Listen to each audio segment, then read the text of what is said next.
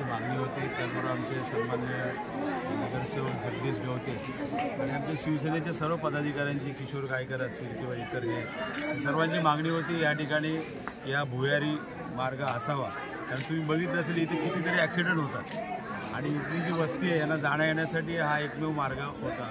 म्हणून या ठिकाणी जेव्हा आपण खासदार झाल्यानंतर या कामाला सुरुवात केली आणि आज ते काम पूर्ण झाले। 2,18,00,000 इतक्या म्हणजे तो अंडरपास आपण या ठिकाणी केलेला आहे। तशी दुसरी मागणीसुद्धा त्या ठिकाणी भोलानगरच्या इकडे भोलानगर आनंदनगर या ठिकाणीसुद्धा तिथल्या लोकांची मागणी आहे। त्या ठिकाणी व्हेकल्स खालून गाड्या जातील असा मार्ग आपण त्या ठिकाणी अंडरपास करतो आणि ते सुद्धा येत्या काही दिवसामध्ये त्याचंसुद्धा काम सुरू होणार आहे।